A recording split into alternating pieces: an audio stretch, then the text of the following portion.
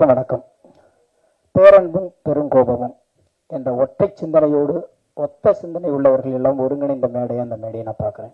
அண்ணன் சித்ரா லட்சுமணன் சொன்ன மாதிரி நேற்று படத்தை பார்க்குற வாய்ப்பு அண்ணன் சீமான் அவர்களோடு அமர்ந்து அந்த படத்தை பார்க்குற வாய்ப்பு கிடைச்சிச்சு. அதுக்கு நம்முடைய மூத்த அண்ணன் தங்கர்பச்சன் அவர்களுக்கு தான் நன்றி சொல்லணும்.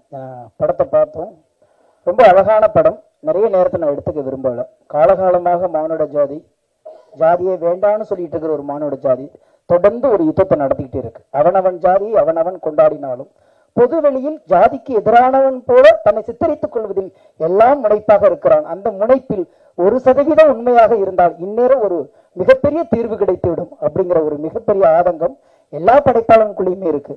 அந்த ஒரு பெரிய யுத்தத்துடைய தொடர்ச்சியாகத்தான் நான் பேரன்பையும் பெருங்கோபத்தையும் பார்க்கிறேன். அடுத்தடுத்த கடத்துக்கு பல ஆயுதங்கள் இல்லாமல் சிந்தனை என்கின்ற வலுவான ஆயுதத்தோடு இந்த யுத்தத்தை தொடர்ந்து படைப்பாளிகளும் படைப்புகளும் சிந்தனையாளர்களும் சமூக சிந்தனையாளர்களும் எடுத்துக்கொண்டு நகர்ந்து கொண்டு போகிறார்கள். அதனுடைய அடுத்த கட்ட ஒரு மிகப்பெரிய நகர்தலாக இந்த படம் இருக்கிறது. ஜாதிக்கு எதிரான படம் தான், ஆனால் அது எங்கே போய் முடியும் அப்படிங்கிற காலப்போக்கில் இது ஒரு மிகப்பெரிய ஜன்னலையோ ஒரு பெரிய வாசலையோ திறந்திருக்கிறது என்ற நம்பிக்கை இருக்கிறது. எந்த மேடையில் நான் ரொம்ப விரும்புறதுன்னா, தினந்தோறும் அண்ணனுடைய பேச்சை கேட்டுக்கிட்டே இருந்தாலும் இந்த மாதிரி மேடைகள்ல தான் அண்ணனுடைய குரல் ரொம்ப அழுத்தமா இருக்கணும் அப்படிங்கிறதுனால என்னுடைய நேரத்தையும் நான் சீமான் அவர்களுக்கு கொடுத்து நடித்த அத்தனை பேருக்கும் அற்புதமா பண்ணியிருக்காங்க. அழகா வேலை வாங்கியிருக்கீங்க. எப்பவுமே ஒரு வலுவான சிந்தனைக்கு பிரம்மாண்டம் தேவையில்லை என்ற அழுத்தமா ஒரு விஷயத்த சொல்லலாம். அதுபோல இந்த வலுவான படத்திற்கு பிரம்மாண்டம் தேவையில்லை என்றாலும் நம்மளுடைய பிரியங்கள் தேவைப்படுகிறது. உங்கள் பிரியத்தால் இந்த படம் வெற்றி பெறட்டும். நன்றி, வணக்கம், வாழ்த்துக்கள். ரொம்ப ரொம்ப மகிழ்ச்சியா இருக்கு, ரொம்ப சந்தோஷமா இருக்கு. சிவப்பிரகாசம் முதல் திரைப்படம் அவருக்கு, என்னுடைய நண்பர். இந்த திரைப்படம் சில திரைப்படங்கள் வெற்றி அடையும் போது வியாபார ரீதியாக சினிமா நல்லா இருக்கும். ஒரு படைப்பாளனா சிவப்பிரகாசம் மாதிரியான இயக்குநர்கள் தமிழ் சினிமாவில் வெற்றி அடையும் போது தமிழ் சினிமாவுக்கே ஒரு பெரிய அங்கீகாரம் கிடைக்கும் நான் நம்புறேன். நான் மகன்ல பாண்டிநாடு திரைப்படங்கள் நான் ரிவெஞ்ச் ஸ்டோரி பண்ணியிருந்தாலும் இந்த படத்துடைய ரிவெஞ்ச் ஸ்டோரி கிளைமேக்ஸ் என்னை ஒரு மாதிரி ஷேக் ஆக்கிருச்சு. ஏன்னா அந்த படத்துடைய கிளைமேக்ஸ் இதுவரையும் நான் அப்படி ஒரு கிளைமேக்ஸை பார்த்ததே கிடையாது, அப்படி ஒரு கண்டென்ட்டை நான் பார்த்ததே கிடையாது. நிச்சயமா இந்த திரைப்படத்துடைய கிளைமேக்ஸ் மிகப்பெரிய அளவுக்கு சோசியல் மீடியாவில் பேசப்படும், மிகப்பெரிய அளவுக்கு ஒரு வெற்றிக்கு அந்த கிளைமேக்ஸ் ஒரு காரணமா இருக்கும் நான் ரொம்ப பிலீவ் பண்றேன். என்னுடைய நண்பர் சிவபிரகாசத்துக்கு என்னுடைய வாழ்த்துக்களை முதல்ல தெரிவிச்சுக்கிறேன். இளையராஜா சார் அவரோட அளவு சமிக்குதிரை ஒர்க் பண்ணியிருக்கேன். அவரை பத்தி இந்த படத்துக்கு இந்த போஸ்டர் டிசைன் பண்ண அந்த தம்பிக்கு வாழ்த்துக்கள். இந்த படத்துல வரக்கூடிய அந்த நெருப்பு ஒரு இடத்துல வரும், அந்த இடத்துக்கு அவர் கிளைமேக்ஸில் அந்த பர்டிகுலர் அந்த ப்ரீ கிளைமேக்ஸில் ஒரு ரீரெக்கார்டிங் பண்ணியிருப்பாரு. அமேசிங்கான ரீரெக்கார்டிங், அந்த இடத்தவே என்ஹான்ஸ் பண்ணி கொண்டு போச்சு. ஸோ அப்படியான ஒரு ரீரெக்கார்டிங் அந்த படம். அது ராஜா சாரால் மட்டும்தான் முடியும். மிகப்பெரிய ஒரு உயிரோட்டமாக ஒரு எமோஷனலான ஒரு கண்டென்ட்டாக இருந்துச்சு. ஸோ இளையராஜா சார் இந்த படத்துக்கு மிகப்பெரிய பலம். டிஓபி தினேஷ், நான் அசிஸ்டன்ட் ரைட்டராக இருக்கும்போது அவரும் அசிஸ்டன்ட் கேமராமேனாக வாழ்க்கையை ஸ்டார்ட் பண்ணோம். ஸோ தினேஷ் இந்த படத்தில் ஒரு கேரளாவில் ஒரு லவ் எபிசோடு வரும், ஃப்ளாஷ்பேக் போர்ஷன்ஸ் அமேசிங்காக இருக்கும் அதோடைய லவ் போர்ஷன்ஸ். ஸோ டிஓபிக்கு என்னுடைய வாழ்த்துக்களை தெரிவிச்சுக்கிறேன். தங்கர்பச்சன் சார்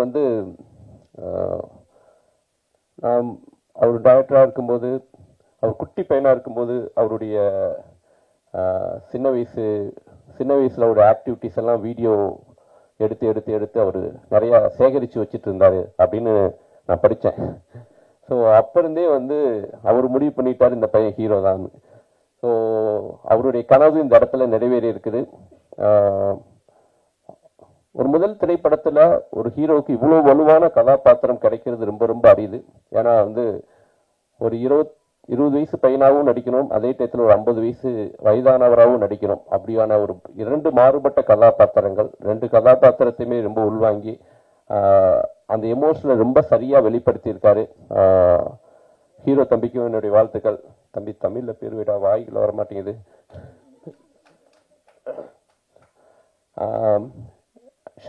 ஷாலி இந்த படம் பார்த்து முடிச்சோடனே நான் டைரக்டர்கிட்ட சொன்னேன், இந்த பொண்ணு யார், மலையாளியா அப்படின்னு கேட்டேன். இல்லை சார் தமிழ் பொண்ணு தான் அப்படின்னாங்க. ஸோ என்னுடைய ஒரு படத்துக்காக ஷாலியை வந்து நான் மீட் பண்ணி பேசினேன். இப்போ இந்த படத்தில் இன்னொரு கேரக்டர் பண்ணேன். என்னுடைய 2K லவ் ஸ்டோரி திரைப்படத்தில் வந்து இங்கே அவங்க ஹரிதா கானா, ஓகே, ஹரிதா வந்து என்னுடைய திரைப்படத்தில் நடிக்க வச்சேன். ஸோ இந்த படத்துடைய மெயினாக இந்த படம் என்ன அப்படின்னா, இந்த படத்துடைய கிளைமேக்ஸ் தான் இந்த படத்தை வந்து வேறொரு திரைப்படமாக மாற்றுது. அதனால் இந்த திரைப்படம் நிச்சயமாக வந்து மக்களுக்கு ஒரு புது விதமான உணர்வு கிடைக்கும். இந்த திரைப்படத்தின் மூலம் தமிழ் சினிமாவுக்கு ஒரு நல்ல ஹீரோ கிடைச்சிருக்காரு. கண்டிப்பாக ஒரு பேஷனான ஒரு ஹீரோவாக தமிழ் சினிமாவில், ஏன்னா ஒரு இயக்குனருடைய பையன் ஒரு இயக்குனருடைய வழியை புரிஞ்சுக்கிட்டு அவருக்கு சப்போர்ட் பண்ணியிருக்காரு. நிச்சயம் இந்த திரைப்படம் மிகப்பெரிய வெற்றி அடையும். இந்த திரைப்படத்தை வாங்கி ரிலீஸ் பண்ணக்கூடிய சார் உங்களுக்கும் என்னுடைய வாழ்த்துக்கள் sir. Thank you so much. Vijith Bachchan ரொம்ப நல்லா பண்ணியிருக்காங்க. ட்ரைலர் சாங்ஸ் பார்த்தேன். ஒரு உள்வாங்கி ஒரு அழகி நம்ம படம் பார்க்கும்போது எப்படி இருந்ததோ அந்த மாதிரி ஒரு நேட்டிவிட்டியாக ஒரு மண் சார்ந்த படமாக இந்த படம் இருக்குது. நிச்சயமாக அனைத்து தரப்பு மக்களும் இந்த படம் போய் சேரும்.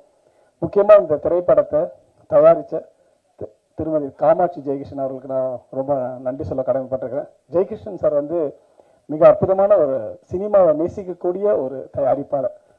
அவர் நினச்சிருந்தா இந்த படத்தை வாங்கின அந்த காசுக்கு ஒரு குட் பேட் ஆக்லி ஒரு செங்கல்பட்டு ஏரியா வாங்கி நாளே நாள் அந்த படத்தை எடுத்துக்க முடியும். ஆனால் ஒரு சினிமாவை நேசிக்கிற ஒருத்தர் மட்டும்தான் நல்ல கதையை, ஏன்னா ஒரு படம் எடுக்கிறது அது எடுத்துடலாம், ரொம்ப ரொம்ப ஈஸியாக எடுத்துடலாம். ஆனால் அந்த திரைப்படத்தை தேட்டருக்கு கொண்டாடுற மாதிரி ஒரு கடினம் ரொம்ப ரொம்ப அது வந்து அது வார்த்தையில சொல்ல முடியாது. இன்னைக்கு திரை எடுத்துக்கிட்டு இருக்க ஒரு தயாரிப்பாளர்களுக்கு அந்த ஒரு கஷ்டம் தெரியும். அவ்வளோ ஒரு சிரமமான ஒரு கட்டம். இன்னைக்கு இந்த திரைப்படம் தேட்டருக்கு வருதுன்னா அதுக்கு முழுக்க முழுக்க ஜெயகிருஷ்ணன் சாரு, அவங்க மனைவி காமாட்சி மேடம் தான். அவங்களுக்கு நாங்கள் ரொம்ப நன்றி சொன்னோம். அவங்க நல்ல நல்ல திரைப்படங்களை தேடி கண்டுபிடிச்சு வாங்கி ரிலீஸ் பண்றாங்க. சார் இந்த படம் உங்களுக்கு பெரிய லாபத்தை தரணும், நிறைய படங்கள் நீங்க எடுக்கணும். வந்திருக்கும் அனைவருக்கும் இந்த படம் மிகப்பெரிய வெற்றி அடையணும். வாழ்த்துக்கள். நன்றி. அனைவருக்கும் வணக்கம். அன்னையில இருக்க பேசுனே தெரியல எனக்கு. பேரன்பும் பெருங்கோபமும் என்னுடைய அன்பு தம்பி சிவபிரகாஷ் இயக்கத்தில் வந்திருக்கு. இது எப்படி நான் வந்து ஒரு குடும்பத்தில் வந்து இந்த முதல் பட்டதாரி வந்தோன்னே ஒரு சந்தோஷம் இருக்கும்ல, அந்த மாதிரி ஒரு பயங்கரமான ஒரு சந்தோஷமான ஒரு நிகழ்ச்சி இது. ஏன்னா சிவபிரகாஷ் வந்து இங்கே குடும்பத்தில் ஒருத்தர், நிறைய பேர் ஒர்க் பண்ணி போராடி இந்த படத்தை பண்ணியிருக்காரு. ரொம்ப ஒரு நேட்டிவிட்டியான ஒரு ஃபிலிம். நம்மளுக்கு மதுரை சைடு ஒன்றும் பிரச்சனை இல்லை, அது தெரியும் கல்ச்சர். ஆனால் வந்து கோபி என்ன சொன்ன மாதிரி, மைம் கோபி என்ன சொன்ன மாதிரி அவருக்கு புதுசாக இருந்துச்சு. அதே மாதிரி லோகு சார், நாங்கள்லாம் ஒரு வில்லன் கேங்கு. ரொம்ப அற்புதமான ஒரு படம். அந்த படம் கண்டிப்பாக வந்து நேற்று நான் படம் பார்க்கல, ஊரில் வந்தேன், நித்த வந்தேன் ஈவினிங்கு. கண்டிப்பாக பார்த்து ரசிக்கிறோம். உங்களால் பிடிக்கும்னு நினைக்கிறேன். ரொம்ப ஒரு எமோஷனல் மூமெண்ட்டாக இருக்குது. பிரகாஷ்,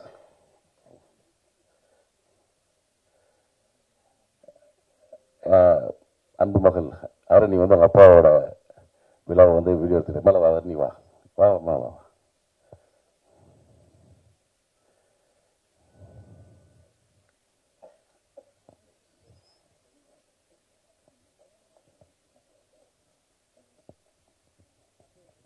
அப்படி ஒரு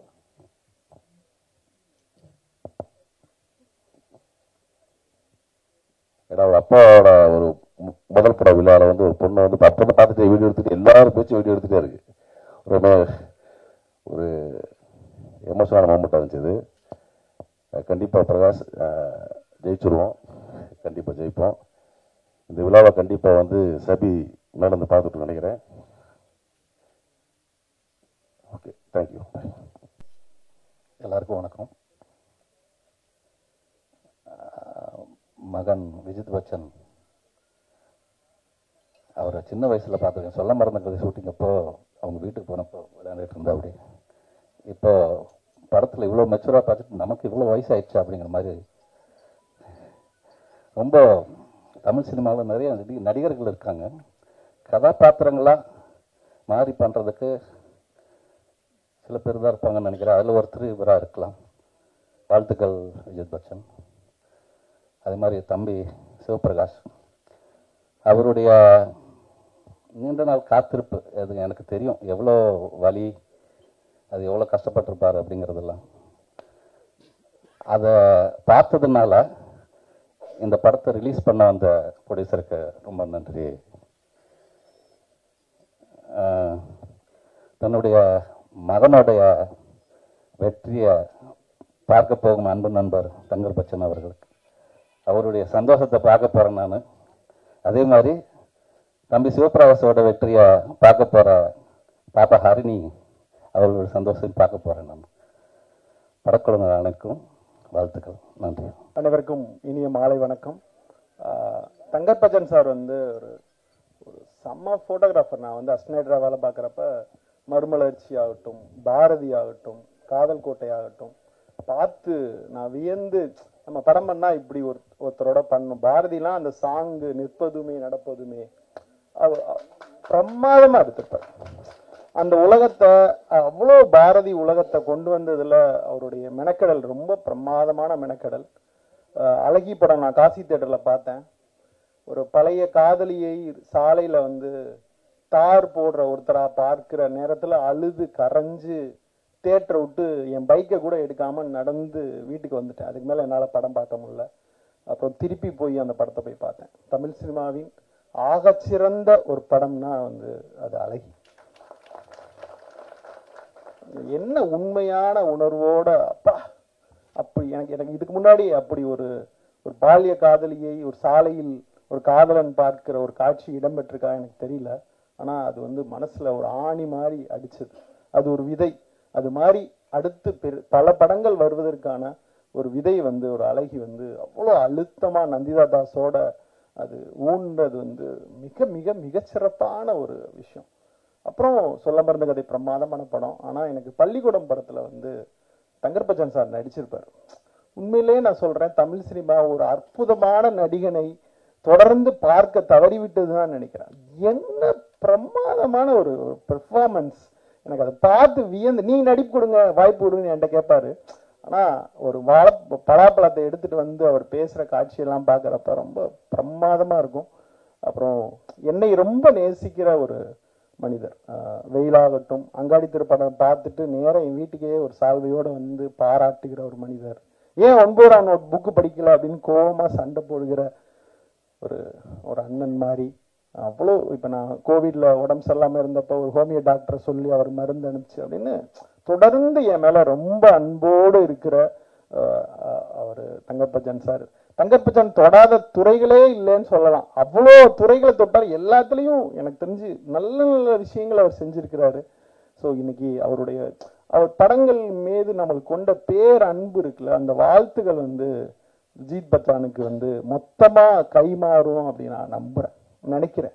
ஏன்னா ஒரு முறை லிங்குசாமி என்கிட்ட சொல்லிட்டு இருந்தாரு, தவம் இருந்த படம் பார்த்தப்ப ராஜ்கிரண் சார் நடிப்புக்கு யாருமே தியேட்டர்ல கைதட்டல, அப்படியே கண்கலங்கி அழுதுட்டு போயிட்டாங்க. அடுத்த படம் சண்டைக்கோழி வருது, அவர் என்ட்ரி ஆனோன்னா கைதட்டுறாங்கன்னா நிமிக்கிறாங்களாம். அப்ப ராஜ்கிரண் சார் லிங்குசாமி உட்கார்ந்து பேசுறப்ப, சார் தவம் இந்த நடிச்சுக்கிட்டு தான் சார் இவங்கெல்லாம் கைதட்டுறாங்க அப்படின்னு அந்த வாழ்த்துகள் எப்படி இன்னொரு படத்துக்கு கைமாறும் அப்படின்னு சொல்லுவாங்க இல்லையா, அது மாதிரி தங்கர் பச்சான் சார் இவ்வளோ அற்புதமான படங்களுடைய வாழ்த்துக்கள் வந்து அவருடைய பையன் ஒரு படமா நடிக்கிறப்ப அது மொத்தமா கைமாறும் நான் நம்புறேன். அப்படி வாழ்த்துறேன். இந்த விஷுவல்ஸ்லாம் பார்க்குறப்ப கேமரா ஒர்க் ரொம்ப நல்லா இருந்துச்சு. டயலாக்ஸ் உண்மையிலேயே பிரமாதமா எழுதியிருந்தாரு நண்பர் முருகேஷ் பாபு அவர்கள். ரொம்ப பிரமாதமா இருந்துச்சு. எண்டு வசனம் ரொம்ப சிறப்பாக இருந்துச்சு. தீண்டாமை ஒரு பெருங்குற்றம்ட்டு. ஆனா தீண்டாமை பெருங்குற்றம் தான் படிச்சுட்டே இருப்போம். தீண்டாமையை உருவாக்குற ஜாதி பெருங்குற்றம் சொல்லணும், ஜாதியை உருவாக்குற இன்னொன்று, அதை உருவாக்குகிற இன்னொன்று. இது மொத்தத்தையும் என்னைக்கு இந்த மனித குலம் மொத்தமா அழிக்குதோ அதுதான் இந்த ஒரு அழகு அன்பு பூக்குற காலம். அது வரைக்கும் தொடர்ந்து நாம் தீண்டாமை பற்றி, தீண்ட முடியாதவர்கள் தீண்ட தகாதவர்கள் என்ற 2 வகை இருக்கிறது. அவர்களிடமிருந்து நம்மளை காப்பதற்காக தொடர்ந்து கலை மூலமாக இது மாதிரியான ஒரு தொடர் படைப்புகளை நிகழ்த்தி கொண்டே இருக்க வேண்டும். டைரக்டருக்கும் சரி, விஜித் பச்சானுக்கும் சரி, இந்த படம் ஒரு முக்கியமான படமாக அமைய வேண்டும் என்று மனதார வாழ்த்துகிறேன். நன்றி, வணக்கம். வந்திருக்க அனைத்து பத்திரிகையாளர் மற்றும் சிறப்பு விருந்தினருக்கு நன்றி. எல்லாரும் சோர்ந்து போயிட்டீங்கன்னு நினைக்கிறேன், ரொம்ப நேரம் ஆனதுனால. Okay okay.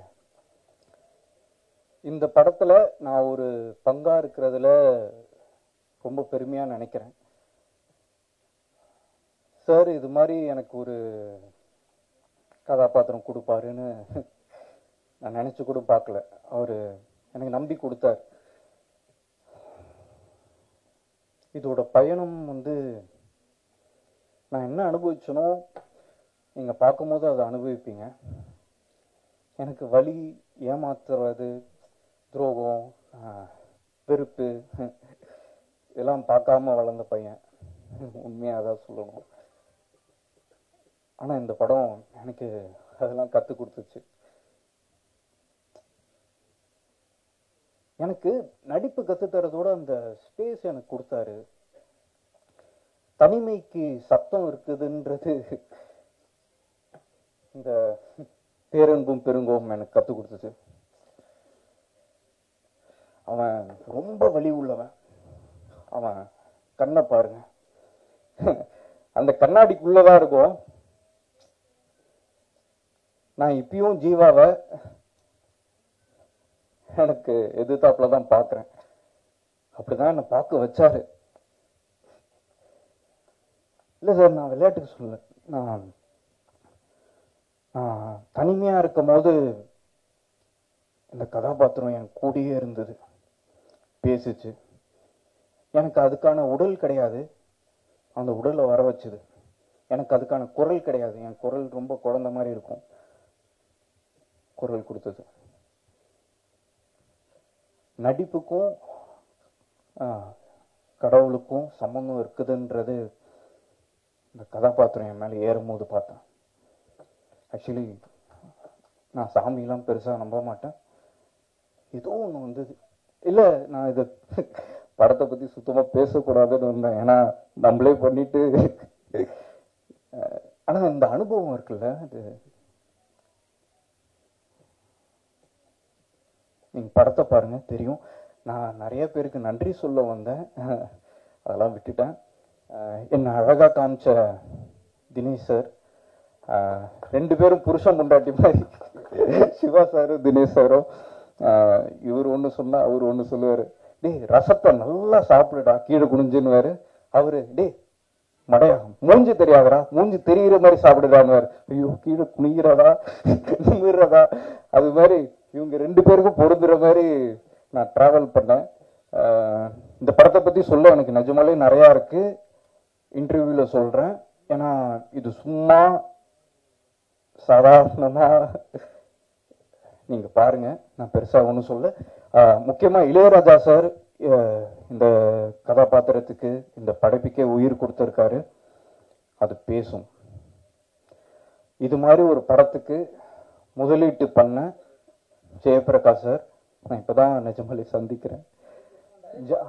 Sorry sir, Jayakrishnan sir.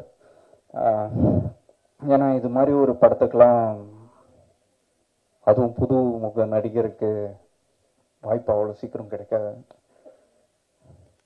ரொம்ப நன்றி சார். நான் நிறைய பேர் விட்டுருப்பேன், மன்னிச்சுக்கோங்க.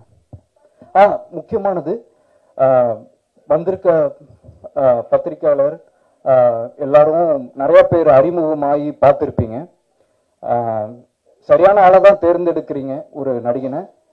நான் ஏதாவது தப்பு பண்ணியிருந்தா சொல்லுங்க, நான் எடுத்துக்கிறேன். எதா இருந்தாலும் சொல்லுங்க, எடுத்துக்கிறேன். ரொம்ப நன்றி வந்ததுக்கு. இல்ல, அது மியூச்சுவல் அண்டர்ஸ்டாண்டிங். இல்ல, இத்தனை காலம் இல்ல உணர்வா காட்டலாம். ஓகே, என் அம்மா ரொம்ப பொறுமையா இருந்தாங்க. இவன் கண்டிப்பா என்னைக்கா நடிச்சு வெளியே வந்துருவானு. எங்க அப்பாவுக்கு அவரை நிறைய கஷ்டப்படுத்தியிருக்கேன். பட் இந்த படத்துக்கு அப்புறம் அது இருக்காது. செயல்ல இருக்கட்டுமே, நான் இந்த விஷயம் மட்டும் ரொம்ப நன்றிங்க.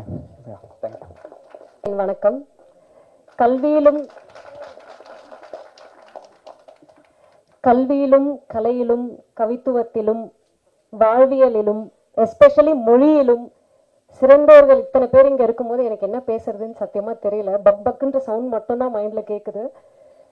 ஸோ மூளையெல்லாம் பெருசாக யூஸ் பண்ணாமல் மனசில் தோன்ற 4 வார்த்தையை பேசிட்டு போக போகிறேன். பேரன்பும் பெரும் கோபமும். இந்த கதையை சிவபிரகாஷ் சார் என்கிட்ட சொன்ன அந்த காட்சி எனக்கு நல்லாவே ஞாபகம் இருக்குது. ஆஃபீஸ்க்கு போனேன்.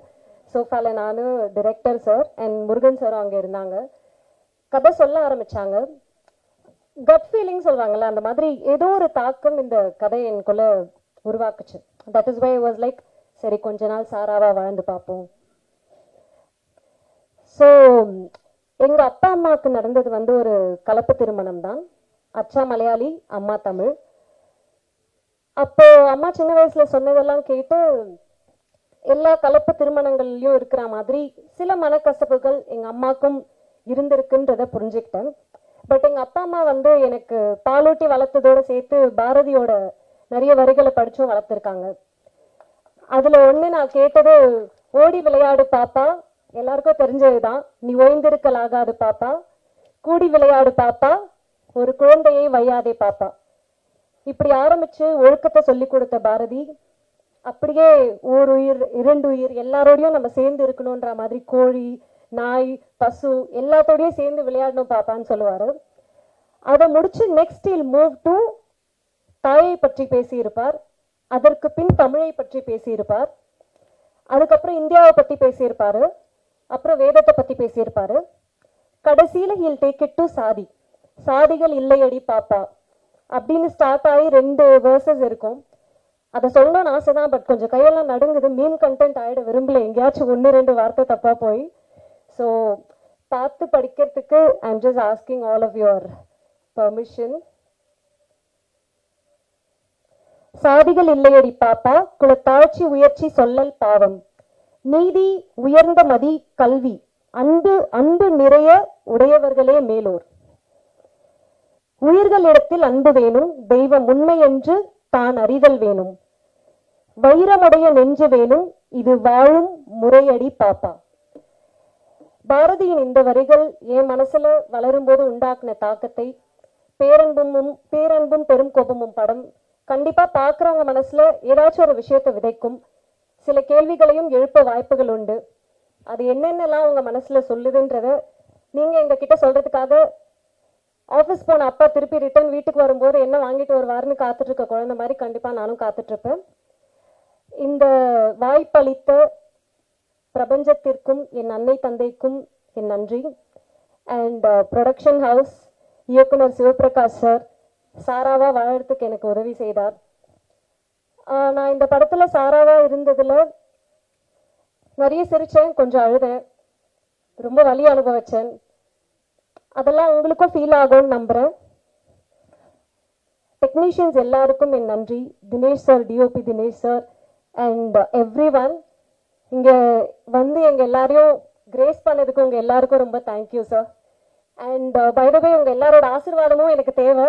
So thank you so much. I'll see you in theaters soon. என் பேர் சிவபிரகாஷ். பட் என் பேர் சிவபிரகாஷ்னு சொல்கிறதோட பாலுமகேந்திராவின் மாணவன் என்பது தான் எனக்கு பெருமையாக இருக்குது. எங்கள் ஐயா ஒன்றே ஒன்று சொல்லுவார், ஒரு புத்தகம் தன் வாசகனை தேடிக்கொள்ளும் அப்படின்வார். அதே மாதிரி ஒரு படைப்பு, ஒரு கதை அதற்கான ஆட்களை தேடிக்கொள்ளும் என்று சொல்வார்கள். அப்படி இந்த கதை இதற்கான ப்ரொடியூசரில் ஆரம்பித்து நடிகைகள் ஆரம்பித்து டெக்னீஷியனில் ஆரம்பித்து எல்லாத்தையும் அதே தேடிடுச்சு. சிந்தனையும் சிரிப்பும் தான் மனிதனை விலங்கிலிருந்து பிரித்து காட்டுகிறது. பட்டங்களால் தன்னை அலங்கரிப்பவனை விட நல்ல சிந்தனைகளால் அலங்கரிப்பவனே மேன்மையானவன். அப்படி ஒரு நல்ல சிந்தனை உள்ள ஒரு சாமானியனின் கதை தான் இந்த பேரன்பும் பெருங்கோபமும். எனக்கு இந்த வாய்ப்பளித்த அண்ணன் ஜெயகிருஷ்ணன் அவர்களுக்கு நன்றி. வந்திருந்த அனைவர்களுக்கும் நன்றி.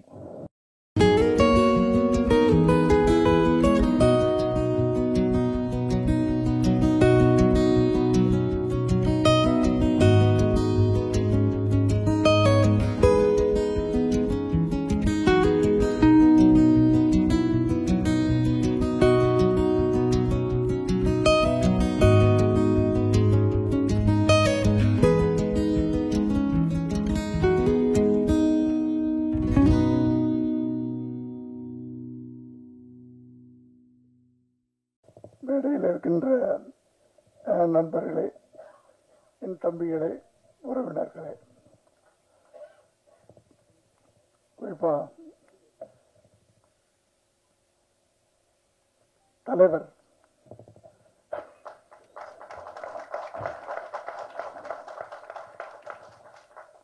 எல்லோருக்கும் என்னுடைய மீடியா நண்பர்களே, சினிமாவை நேசிக்கக்கூடிய அனைவருக்கும் என்னுடைய மாலை வணக்கம். ரொம்ப நன்றி என்னை உடனே கூப்பிட்டதுக்காக பச்சன் சார்கள். நான் 2 வருஷமாச்சு ஈவினிங்ல எந்த ஃபங்க்ஷன்லையும் கலந்துக்கிறதில்லை. கலந்துக்கணும்னு ஆசை எல்லா நிகழ்ச்சியிலையும். பட் ஒரு வயசுக்கு மரியாதை கொடுக்கணும்ல, அதை நான் கொடுத்துக்கிட்டு அடக்க ஒடுக்கமா ஒரு 6 மணி ஆச்சுன்னா வீட்டுக்குள்ளே போய் அடைஞ்சிடறோம். 7 மணிக்கெலாம் டின்னரை முடிச்சுட்டு அப்படியே சினிமா 7:30 மணிலேருந்து 9 மணி வரைக்கும் ஏதாவது ஒரு சினிமாவை பார்த்துட்டு அழகாக 9 மணிக்கு. அதனால் நான் எங்கேயுமே ஈவினிங்கில் அதை நான் சொன்னேன், வந்தால் நடுவில் போகக்கூடாது, அது சபை நாகரிகம் இல்லை. பெரியவங்களாம் இருக்கும்போது நான் பாட்டுக்கு பேசிட்டு போனேன்னா நல்லா இருக்காது.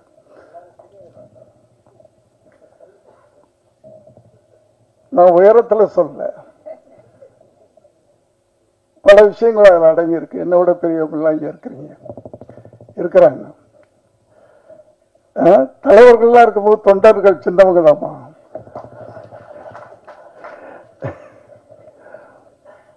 இல்லையா? அதனால தங்கர் பச்சன் அவர்களுக்கு என்னுடைய நன்றியை தெரிவிச்சுக்கிறேன். ஒரு நல்ல ஒரு எப்படின்னு சொல்றது தெரியல, அந்த நினைப்பு இருக்கிறது இல்ல. தங்கர் பச்சன் அவர்கள் எல்லாருக்கும் தெரியும், ஒரு பெரிய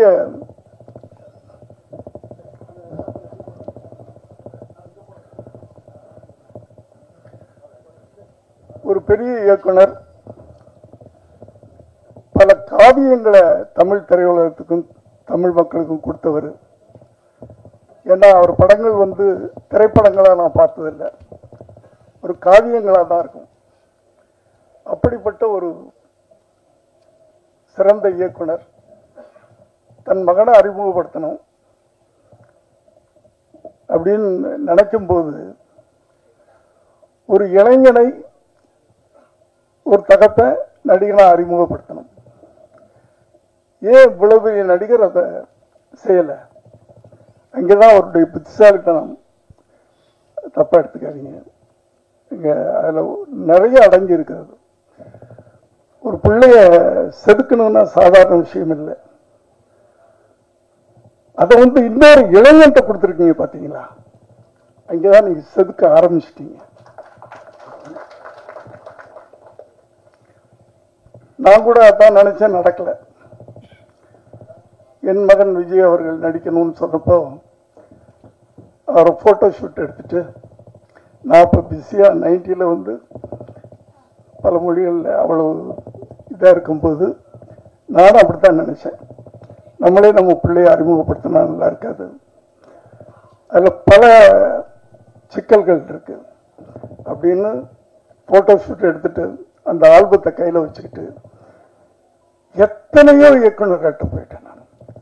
நான் ப்ரொடியூஸ் பண்றேன், எவ்வளவு வேணாலும் செலவு பண்றேன், இவனை நீங்க டைரக்ட் பண்ணணும் அப்படின்னு பல இயக்குநர்கள்ட்ட போனேன். யாருமே பல தயாரிப்பாளர்கிட்டலாம் போனேன். அப்பதான் கடைசியா போய் நானும் என் மனைவியும் ஆர்பி சௌத்ரி சார்ட்ட போறோம்.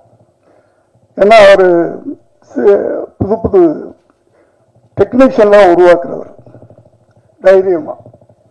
அவர்கிட்ட போய் இதே வார்த்தை நானும் என் மனைவியும் போய் கேட்கிறோம். அப்பதான் அவர் சொன்னாரு, நீதான் பெரிய டைரக்டர் ஆச்சையா, நீயே அங்கேயும் இங்கே அழைச்சிக்கிட்டு இருக்க, நீயே அவனை வச்சு படம் எடுக்கியா அப்படின்னு சொன்னார்.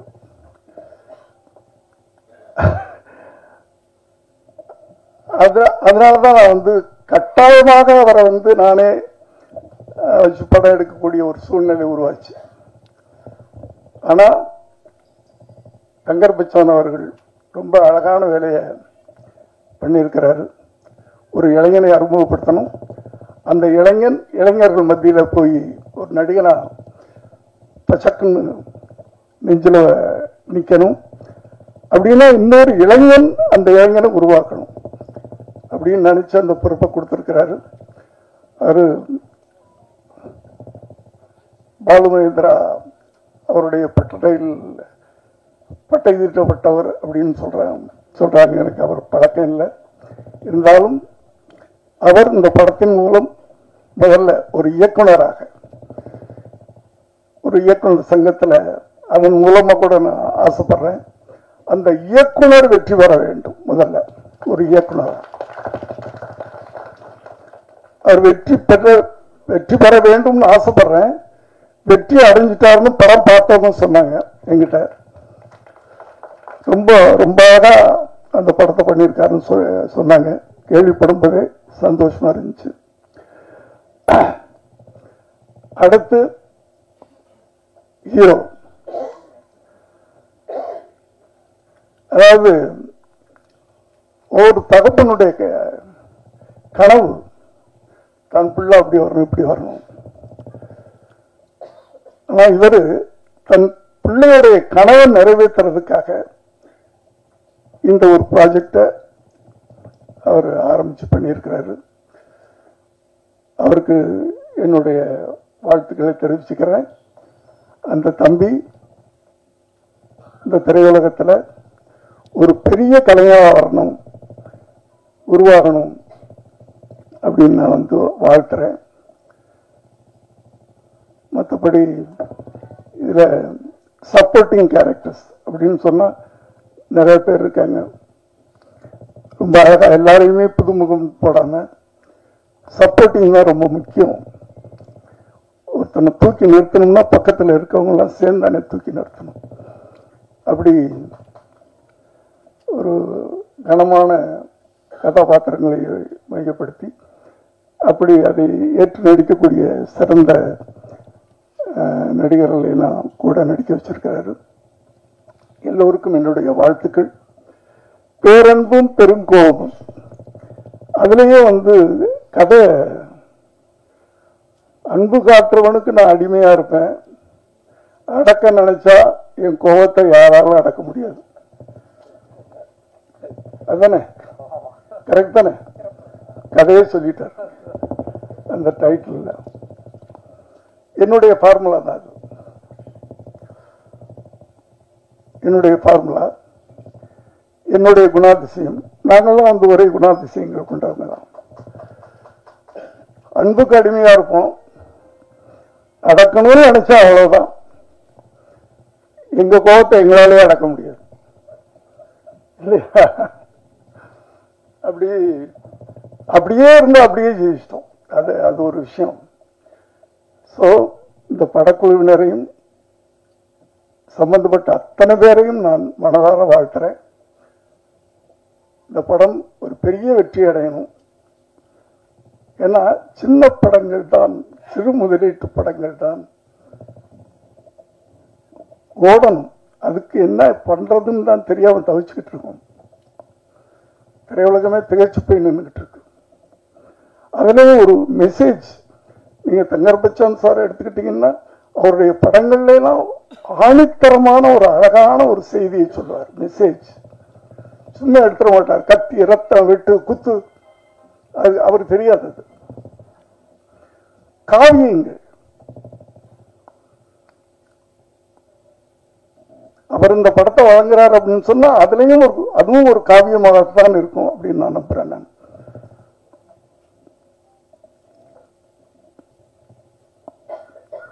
ஏன்னா இப்போ அது போற இடங்கள்லாம் நான் சொல்லிட்டு தான் இருக்கிறேன். வருகின்ற எழுத்தாளர்கள், இளைய தலைமுறை எழுத்தாளர்கள், இயக்குனர்கள் அவர்களுக்கு ஒரு பொறுப்புணர்ச்சி வேணும்னு சொல்லிக்கிட்டே இருக்கிறேன். ஏன்னா சினிமான்றது ஒரு பயங்கரமான ஆயுதம், வலிமையான ஆயுதம். சினிமா சொசைட்டில அவ்வளவு பெரிய தாக்கத்தை ஏற்படுத்துது. அதை ரொம்ப ஜாக்கிரதையா கவனமா நம்ம கையாளணும். ஆனா இப்பெல்லாம் படம் ஓடணும், அதுக்கு என்ன பண்ணணும்னு பாக்குறாங்களே தவிர அதுல என்ன நம்ம செய்தி சொல்றோம், மக்களுக்கு எது சொல்றோம் அப்படின்றது இல்லை. அந்த படம் ஓடணும், என்ன கதை அதெல்லாம் கேட்காதீங்க அப்படின்னு வர்ற இளைஞர்கள் எல்லாரும் இல்லை, ஒரு சிலர் அவங்களுக்கு அந்த பொறுப்புணர்வு வேணும். நீங்க சினிமா மூலமா என்ன சொல்றீங்க மக்களுக்கு, ஜனங்களுக்கு என்ன சொல்றோம்? சும்மா காசு சம்பாதிக்கிறது மட்டும்தான் சினிமா. இப்போ அதுவும் சம்பாதிக்க முடிய மாட்டேங்குது, அது வேற விஷயம். எல்லாம் விட்டுக்கிட்டு இருக்காங்க. இது இயக்குநர்களுக்கும் இருக்கணும் அந்த அக்கறை, நடிகர்களுக்கும் இருக்கணும், டெக்னீஷியன் அத்தனை பேருக்கு இருக்கணும். ஒரு படத்தை உருவாக்கும் போது அந்த படம் மூலமா ஜனங்களுக்கு நம்ம என்ன சொல்றோம் அப்படின்றது ரொம்ப முக்கியமான விஷயம். இதை நான் ஒவ்வொரு மேடை கிடைக்கும் போதெல்லாம் இதை நான் அழுத்தி அழுத்தி சொல்லிட்டு இருக்கிறேன். நான் ஆகவே குறிப்பா நான் யாரையும் சொல்லலை, எந்த நடிகரையும் சொல்லலை, குறிப்பா எந்த இயக்குனரையும் சொல்ல, எந்த எழுத்தாளனையும் சொல்ல. வருகின்ற இளைஞர்கள் சமுதாயத்தை மாற்றுங்கள். உங்கள் கையில ஒரு வலிமையான ஆயுதம், சினிமா என்ற ஆயுதம் கிடைத்திருக்கிறது. அந்த ஆயுதத்தை கவனமாக நீங்க பயன்படுத்தணும்னு கேட்டு இந்த படம் மிகப்பெரிய வெற்றி பெறணும்னு வாழ்த்தி விடைபெறுகிறேன். நன்றி, வணக்கம். பேரன்பும் பெருங்கோபமும் படத்தின் வெளியீட்டு அறிவிப்புக்கு வந்திருக்க உங்கள் எல்லோரையும் வணங்கி மகிழ்கிறேன். இந்த படம் தொடர்ச்சியாக இந்த படம் பற்றி எல்லோரும் வாழ்த்தி பேசினார்கள். அதில் குறிப்பாக தங்கர் பச்சனின் மகன் அறிமுகமாகிற படம் என்பதால் தங்கர் பச்சனை பற்றி அதிகம் பேசினார்கள். நீங்கள் தங்கர் பச்சனை புரிஞ்சுக்கிறதுக்கு உங்களுக்கு நுட்பம் வேணும். 9 ரூபாய் நோட்டுன்னு ஒரு படம். 9 ரூபாய் நோட்டுனா என்ன? செல்லாது இல்லை. அப்படித்தான் ரொம்ப நாள் என் நண்பர் தான் சொன்னேன், அப்படி இல்லைடா, இந்திய நாணய அமைப்பில் மொத்தம் 9 ரூபா நோட்டு இருக்கான். 1 ரூபா, 2 ரூபா, 5 ரூபா, 10 ரூபா, 20 ரூபா, 50 ரூபா, 100 ரூபா, 500 ரூபா, 1000 ரூபா. அந்த படம் எடுத்தப்ப 9 ரூபா நோட்டு இருக்கு. அந்த 9 ரூபா நோட்டு பயனில்லடா, அதை விட அந்த மனுஷன் உயர்ந்தவனா சொல்ற 30 இல்லைடா.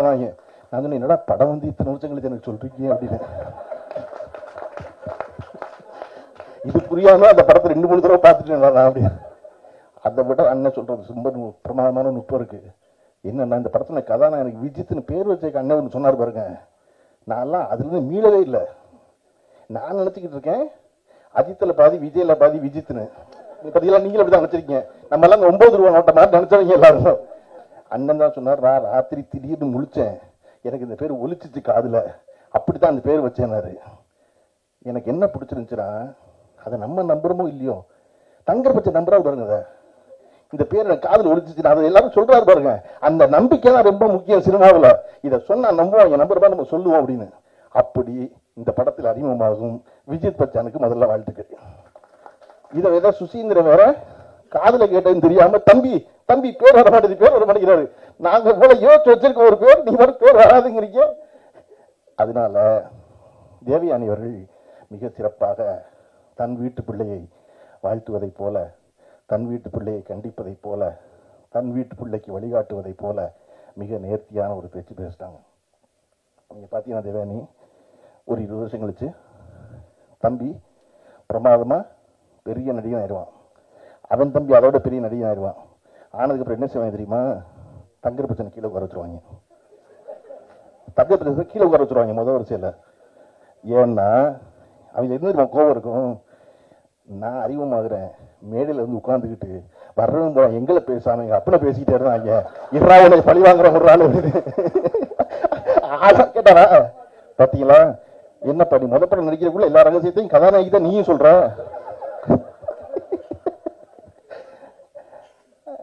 இந்த படத்தினுடைய இயக்குனர் சிவபிரகாஷ் அவர்கள் என் அலுவலகத்தில் நான் இருந்த நாட்களை விட அதிக நாட்கள் இருந்தவர். நான் போறோன்னதுலேயே அலுவலகத்தில் இருப்பார். அது அவர் ஒரு நுட்பமான ஒரு அரசியல் தேர்ந்தவர். நீங்கள் அரசியல்லாம் உன்னை கட்சியில் நினைச்சக்கூடாது. தினசரி வாழ்க்கைக்கு ஒரு அரசியல் தேவைப்படுது இல்லையா? அந்த அரசியலை முழு முதலா படித்தவர் சிவபிரகாஷ். அவருக்கு என்ன எந்த காரியம் எப்படி செய்யணும்னு தெரியணும். அடிப்படை அரசியல் முதல்ல அதுதானே. இதனால் இவன் முடிக்குங்கிறத தெரிஞ்சுக்கிறதா முதல் அரசியல். அதை ரொம்ப நேர்த்தியாக தெரிஞ்சவர் சிவபிரகாஷ். நம்ம பேசிக்கிட்டு இருக்கும்போது யாருப்பா அங்கே ஏசி போடுங்க நாங்கள்ல சீமான் கிட்ட என்ன சொல்கிறாங்க, போடவே மாட்டாங்க. நான் போடவே மாட்டாங்க. சுரேஷ் ஏசியை போடுனா தான் சுரேஷை திருப்பி கூப்பிட்டு கேட்க முடியும், என்னடா ஏசின்னு. நீங்கள் பொதுவாக யாருப்பா அங்கே சாம்பார் கொண்டு வானா சாம்பார் கடைசி வரை பந்திக்கு வரவே வராது. அந்த மாதிரி நம்ம ஆள் குறிப்பிட்டு சொல்லணும். அப்படி சிவபிரகாஷ் குறிப்பிட்டு சொல்றவர் தன்னுடைய முதல் படத்தை இவ்வளவு ஒரு அடர்த்தியான படமாக எடுத்திருப்பதாக பார்த்த எல்லோரும் சொன்னார்கள். ஏன்னா நான் பார்த்துடக்கூடாதுன்னு ரொம்ப கவனமாக இருந்தார் சிவபிரகாஷ். வேற கார சொல்லி எனக்கு இன்னைக்கு வரையும் படம் காட்டல. அவர் கேட்டார், என்ன உங்களுக்கு மட்டும் காட்டலையா? இல்லை என்ன காட்டல, என்ன தெரியல. நல்லதுதான், நான் என் இயக்குனருக்கு படம் காட்டல. எழில் சார் துல்லாமத்தூள் படம் எடுத்த போது இயக்குனருக்கு படம் காட்டல. அவருடைய இயக்குனருக்கு நான் பார்த்திபன் சாருக்கு படமே காட்டல, ஒரு ஃப்ரேம் கூட காட்டல.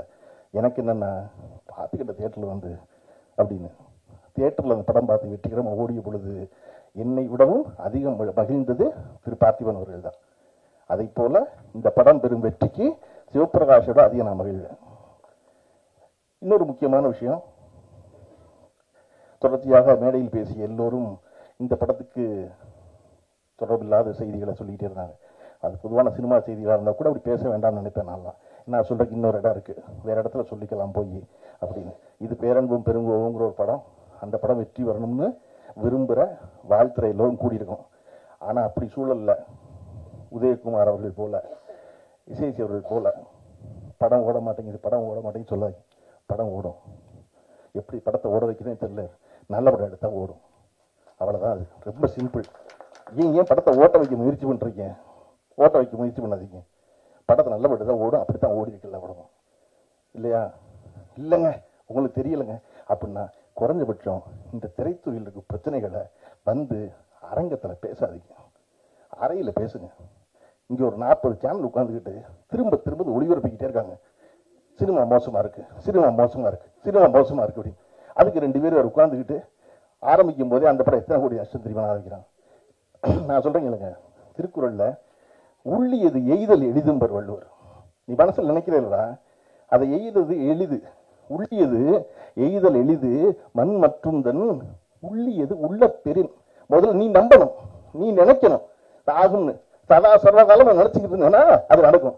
நீங்க எப்ப பார்த்தாலும் 200-200 பேரை கூட்டி சினிமா ரொம்ப மோசமா இருக்கு, யாருமே பிழைக்கல, நாங்கெல்லாம் ரொம்ப கஷ்டப்படுறோம், நாங்கெல்லாம் சினிமாவை காப்பாற்ற போராடுறோம். தயவு செஞ்சு போராடாதீங்க. சினிமா காப்பாற்ற எல்லாரையும், சினிமாவை யாருமே காப்பாற்றவே முடியாது. இங்க இந்த சீனுமே புது சீன் இல்லை, எல்லாமே பழைய சீனு. கதை இல்லாம கதை கேட்கிறாங்க, கதை இல்லாம கேட்கிறாங்க. ஆரோக்கியம் மாட்ட ரஜினிகாந்த் எப்படி கதை கேட்டாரு? எப்படி எஜமான் பண்ண நடந்துச்சு? சின்ன கூட்டு வெற்றி பெற்றுச்சு, அதனால கூட்டு நடந்துச்சு. ஆரோக்கியகுமார் மிகச்சிறந்த கதையை வச்சிருக்காரு, கூப்பிட்டாரு ரஜினிகாந்த். ஆரோக்கியகுமார் மிகப்பெரிய வெற்றியில் இருந்தார், கூப்பிட்டாரு. அந்த இடத்துல நல்ல கதை பண்ணாரு. அதனால இது எல்லாமே எப்பொழுதும் திரையுலகம் என்பது வியாபாரம் சார்ந்தது இல்லையா? உலகமே வியாபாரம் சார்ந்தது. இந்த உலகத்துக்கு யாரு வேணும்? வெற்றி பெற்றவர்கள் வேணும் இல்லையா? திரும்ப இன்னைக்கு ஏன் தங்கர் பச்சன் அவர்களை குறிப்பிட்டுட்டே இருக்காங்க மேடையில் இருக்க எல்லாரும்? அவர் வெற்றி பெற்றவர்.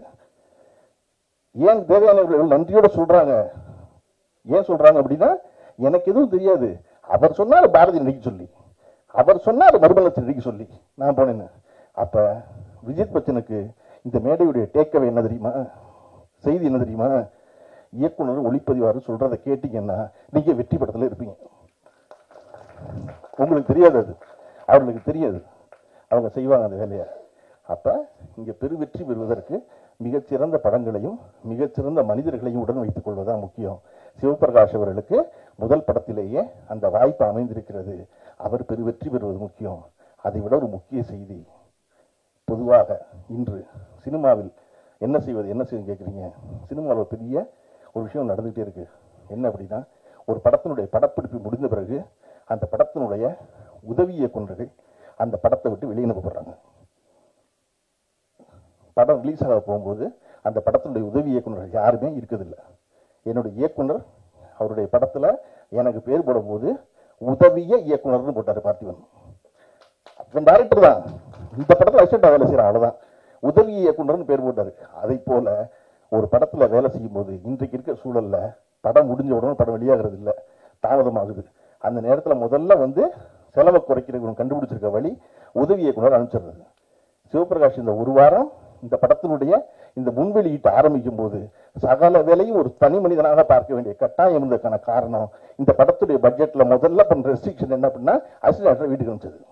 இது நீங்க எல்லா படத்திலும் நடக்குது. நான் உங்களுக்கு சொல்றீங்க, ஒரு படத்தை வெற்றி பெறும்னு அந்த இயக்குனரை விடவும் ஆழமாக நம்புறவன் அந்த படத்தில் உதவி இயக்குனர் தான். இயக்குனர் எல்லா புகழையும் அடைவார், படம் வெற்றி பெற்றா. உதவி இயக்குனர் அடைவதில்லை. ஆனா அவன் என்ன நம்புறான் அப்படின்னா, இயக்குனர் வெற்றி பெறுவதன் மூலமாக நாமும் வெற்றி பெறுவோம் நம்புறாங்க.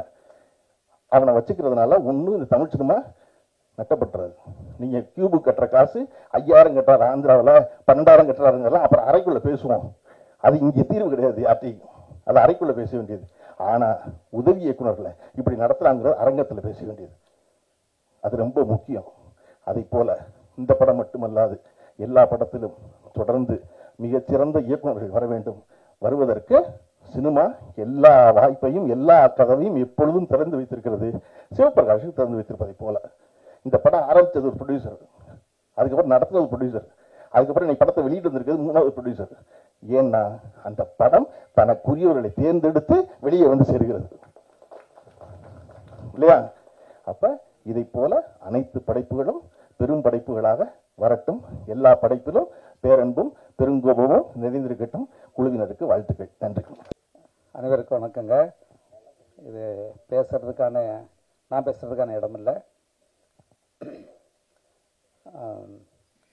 இந்த திரைப்படம் நிறைய பேர் பேச தவறியதை பேசியிருக்கு.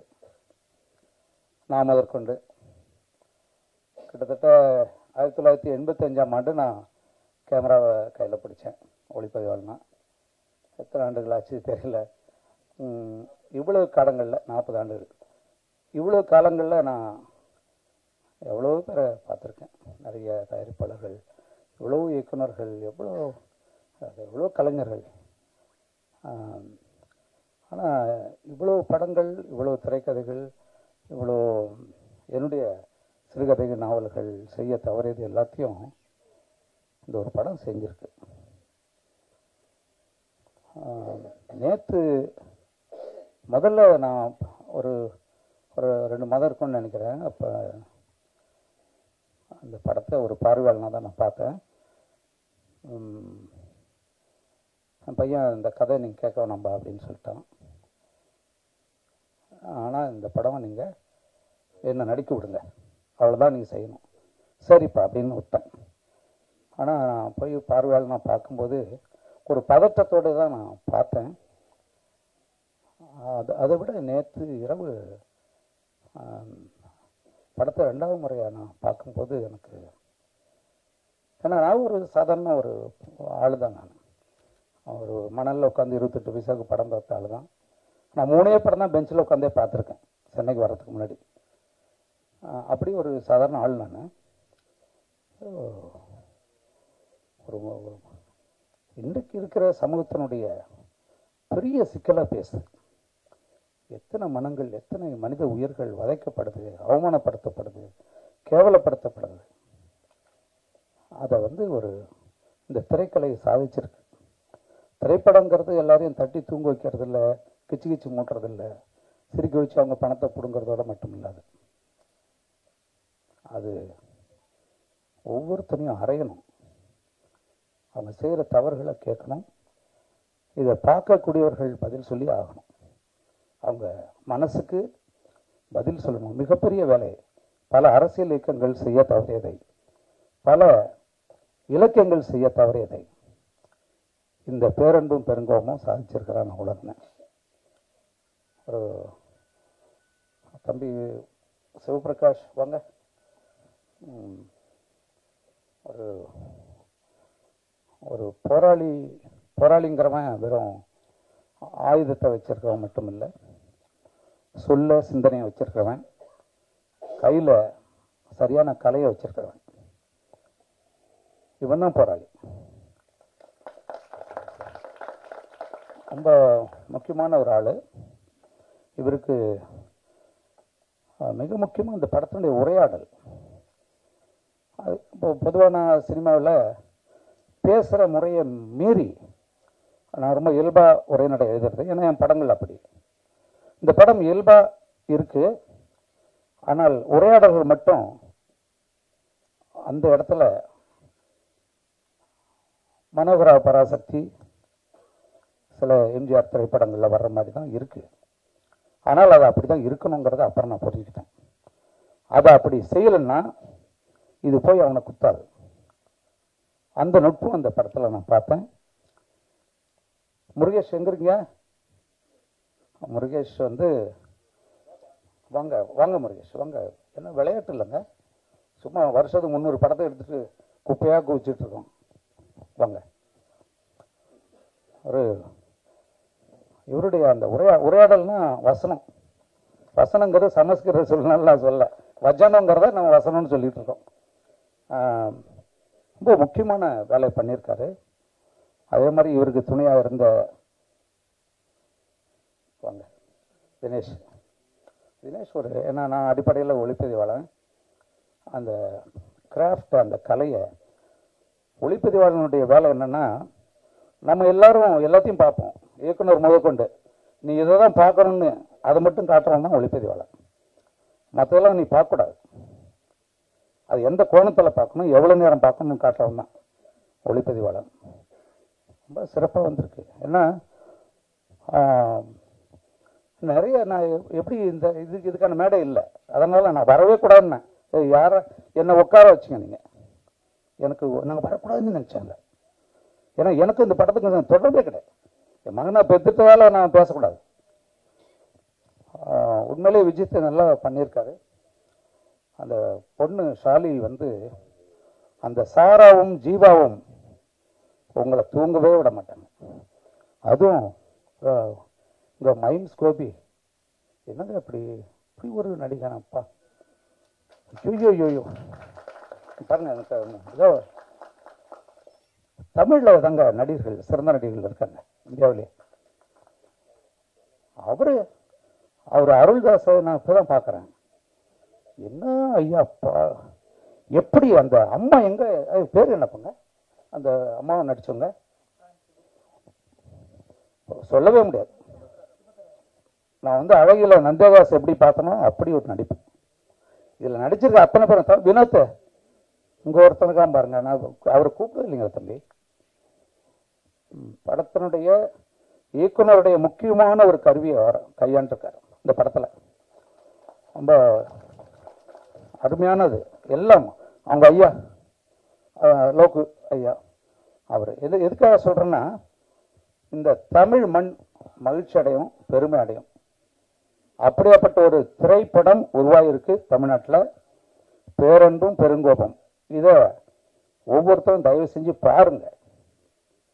பார்க்க வேண்டியது உங்களுடைய கடமை. சும்மா ஒன்றும் இல்லாத படத்தெல்லாம் போயிட்டு 500 கோடி 600 கோடி பார்க்க என்ன கிடைச்சது? அவன் எடுத்து போயிட்டான், நடிகன் எடுத்து போயிட்டான், அது வாங்கினம் போயிட்டான், எல்லாம் போயிட்டான். அது அப்படியே தான் இருக்கு. இந்த சமூகம் மேலே வர்றதுக்கான ஒரு பெரிய வேலை. என் நண்பன் ஜெயகிருஷ்ணன் இதுக்கு மேலே சொல்றதுக்கு இல்லை. பல இயக்குநர்களை, பல இன்றைக்கு இருக்கிற திரைப்பட நடிகர்களை உருவாக்கினவர். எவ்வளோ எளிமையாக உட்கார்ந்துருக்கார். பெரிய ஆளுவர், பெரிய வேலைகளை செய்துட்டு இருக்கார். ரொம்ப அமைதியாக செய்கிறார். எப்பவுமே நிறைய வேலைகளை செய்கிறவங்க அமைதியாக தான் இருப்பாங்க. இவர் தாங்க பேசியிருக்கணும், எங்கள் விட்டு நாங்கள் எல்லாம் பேசிட்டு உட்காந்துருக்கோம். நீங்கள் கட்டாயம் இந்த படத்தை வந்து பாருங்கள். முக்கியமாக இந்த இடத்துல நான் எப்படி சொல்கிறேன்னே தெரியலங்க.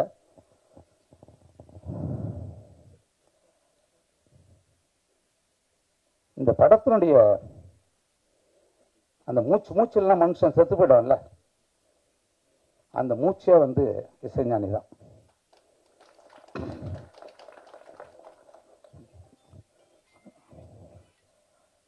நாங்கள் நான் அவரோடய இருக்கேன். நாங்கள் 2 பேரும் பேசிக்காமல் இருந்தாலும் அவரோடய இருக்கேன். எனக்கு நான் சீக்கிரம் போய் அவரை பார்க்கணும். அதுக்கு காரணம் என்னன்னா,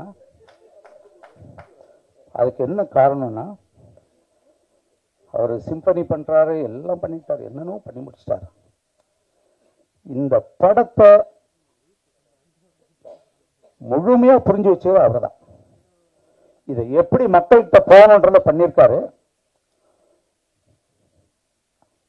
ஒவ்வொரு காட்சியையும் தன்னுடைய இசையால அப்படி செதுக்கி கொண்டாந்துருக்காரு. இந்த படம் வெற்றியில இளையராஜாவுக்கு தான் பெரும்பங்கு, இவங்க எல்லாரை விட. அவருடைய வாழ்த்து உங்களுக்கு நிச்சயம் இருக்கும். அவர் எங்க இருந்தாலும் வாழ்த்துக்கிட்டு இருப்பார். ஏன்னா அவர் பொதுவாக எல்லா வெளியீட்டுக்கும் வர்றதில்லை. அவருக்கு என்னுடைய நன்றி. அது என்னுடைய மகனுக்கு 2வது படத்திலே இது கிடைச்சிருக்கு, கொடுத்து வச்சுவேன். சீமான் ரொம்ப நேரம் பேசிட்டேன், இதுதான் நான் பேசக்கூடாதுன்னு.